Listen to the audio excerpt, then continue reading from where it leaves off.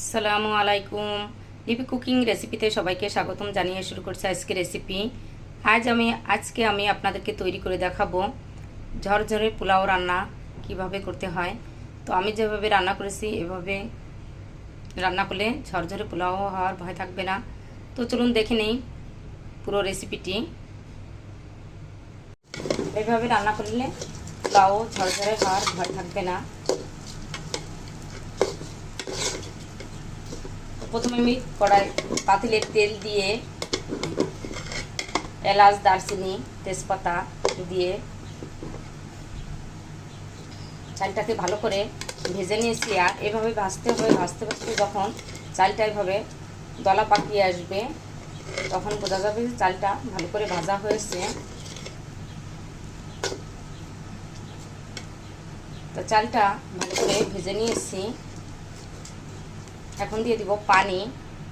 তো এখানে আমি যে মগের চাল মেপে নিয়েছি সেই মগের ডবল পানি দিব। তো এখানে নিয়েছি আমি 2 মগ চাল আর দিয়ে দিব 4 মগ পানি।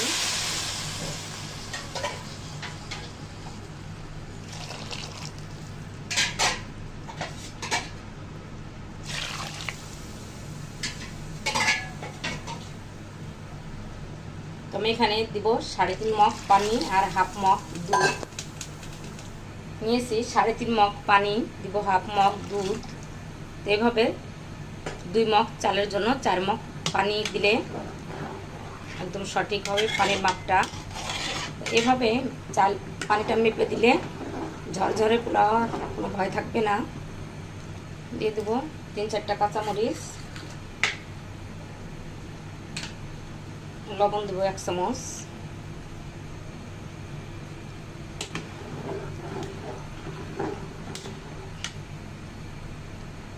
তো আমি দিয়েছি ফুটন্ত গরম পানি।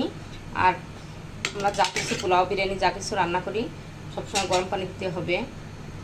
আর গরম পানি দিলে হয় কি, রান্নাটাও তাড়াতাড়ি হয় আর খেতেও স্বাদ লাগে। তো আমরা যা কিছু রান্না করি সবসময় গরম পানি দিব। পোলাও, মাংস, বিরিয়ানি যা কিছুই রান্না করি ফুটন্ত গরম পানি দিয়েছি। তো ফুটন্ত গরম পানি দিলে তাড়াতাড়ি বলক এসে যায়। তো এখন বলক এসে গেছে আর আমি জালটা মিডিয়াম রেখে ঢেকে দিব। ঢাকনাটা তুলে মাঝে একবার নাড়াচাড়া দিয়ে দিব। তো পোলাও ভাত রান্না করার সময় বেশি নাড়াচাড়া দেবে না, 2-3 বার নাড়াচাড়া দিয়ে উঠে দিতে হবে। বেশি নাড়াচাড়া দিলে ভাতটা ভেঙে যায়। তো পানিটা টেনে গেছে।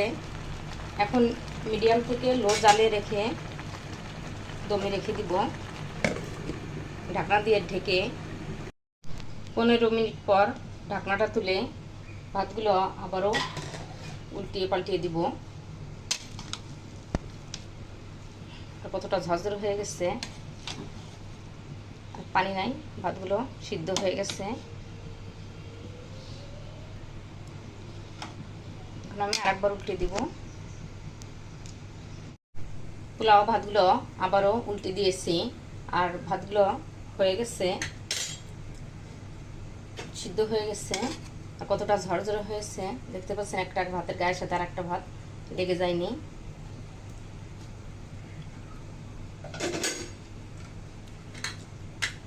এখন দিয়ে দিব উপর দিয়ে ঘি 2 চামচ।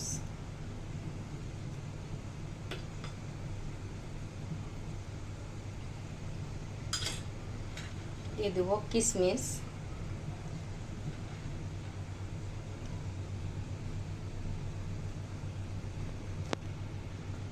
দিয়ে দিয়েছি কিশমিশ। দিব পেঁয়াজ বেরেস্তা,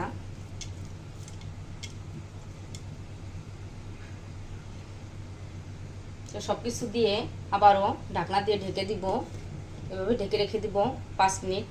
5 মিনিট পর চুলোটা বন্ধ করে দিব। আর জালটা থাকবে একদম লো জালে। ঢাকনাটা তুলে দেখাবো আমার পোলাওটা কেমন হয়েছে। তো পোলাওটা কতটা ঝরঝরে হয়েছে দেখতে পাচ্ছেন।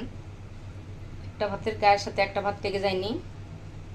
তা পোলাওটা হয়ে গেছে, তৈরি হয়ে গেল আমার ঝরঝরে পোলাও।